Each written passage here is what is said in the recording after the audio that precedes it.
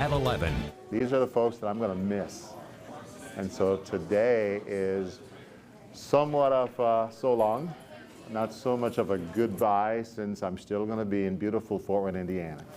That is the unmistakable voice and Jamaican accent of the Reverend Donovan Coley, whose 15-year run as the head of the Fort Wayne Rescue Mission ended today. We caught up with him yesterday, an hour before his staff said goodbye. Under his watch, the rescue mission made a 50-year transformation from the cramped space on Superior to the new 4-story shelter on East Washington.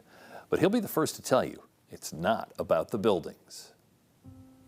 It's all about the transformed lives. That's what sticks out to me, and it will live for me forever.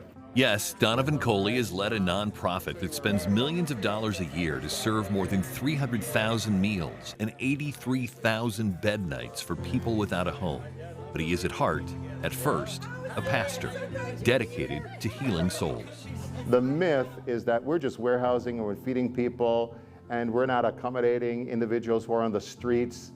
Those who will make a choice to come into the rescue mission experience real change, and not the spear change, in quotation marks, that folks are throwing at people.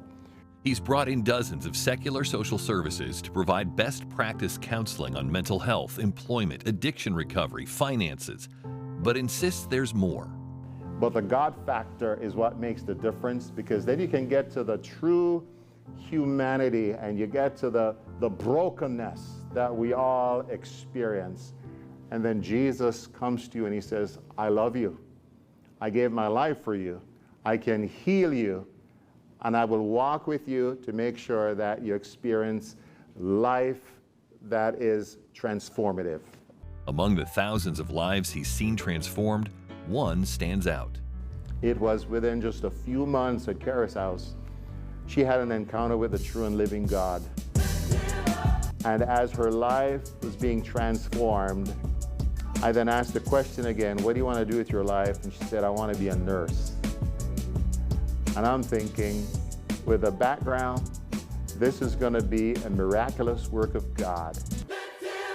With help, she earned her master's degree in nursing. Generations have been impacted and will be impacted, and so I will never forget that story, because I run it at a person and I'm at awe at what God has done.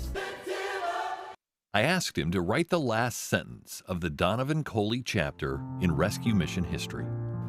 May they say that he did his utmost best. He gave it all. He wasn't perfect, but God used him in spite of himself. May they say he was faithful. Amen. And of course, he says amen at the end. After a national search, Thomas MacArthur joined the mission 2 months ago to learn the ropes and take the baton from Coley. MacArthur's first full day as CEO is Monday.